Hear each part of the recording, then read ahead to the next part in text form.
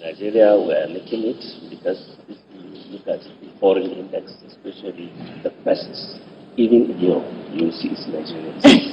And both, uh, recently, even Corona issue, you can see a Nigerian, a female, that stood firmly to say that she found cure and challenging the whole world about that cure. That shows you that Nigerians are resilient, brilliant, and they are protecting the integrity and the respect of the Nigerians. But we have to learn that when you are talking about development and you are talking about prosperity in terms of human capital development, you have to invest in education. Once our people are educated and enlightened, then definitely you will be aware of their civility as citizens, and you will contribute immensely to the development of nation building. But if they are not informed, they will be deformed.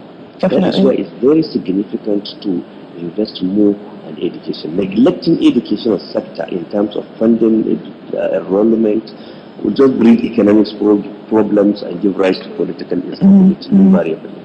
Therefore, and if you take, and though we are trying, before now I cite example of our Nigerian universities. Before we have few professors, but today we have more than 9,000 professors in the country, and we have about 80,000 doctors in Nigeria. This is huge progress. We're very educated populace. Yes, definitely. But we have to know that we have to codify the knowledge we acquire with moral value. Education must be nurtured by faith, because this number of professors I made mention and doctors and other lecturers that we have in Nigerian university ought to solve Nigerian problems. We have serious problems around. Education is to remedy all the penalty the problems around. But unfortunately, you see, the more educated we become, and the more confused some other people become, because we don't use and nurture the knowledge. You understand? So basically, if we want to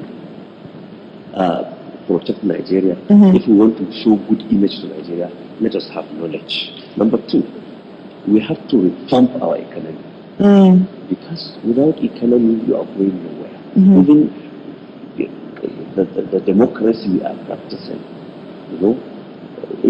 economy makes democracy possible. Political leadership makes it real.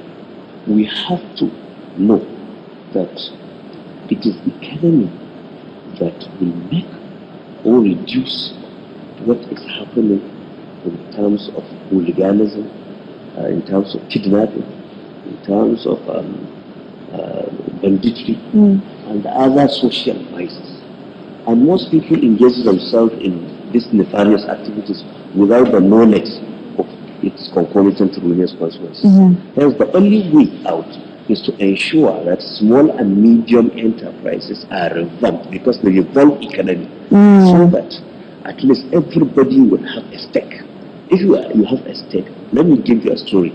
A friend of mine, when I was a student leader, he used to tell me that let us go and do demonstration, let us do that, because I was a union leader. Later on, he was fortunate to have a car, a new car. Therefore, one time some student came and meet me that we need to come out, we need to do that. He's just pulling my shirt that, please, let us not go. Do you know why? He said he will break my glass. Everything has changed now that he has a car.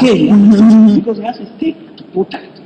So if people are not protected economically, they tend to engage themselves. You see how some people in the northeast are good for Boko Haram and other, because of economic issues.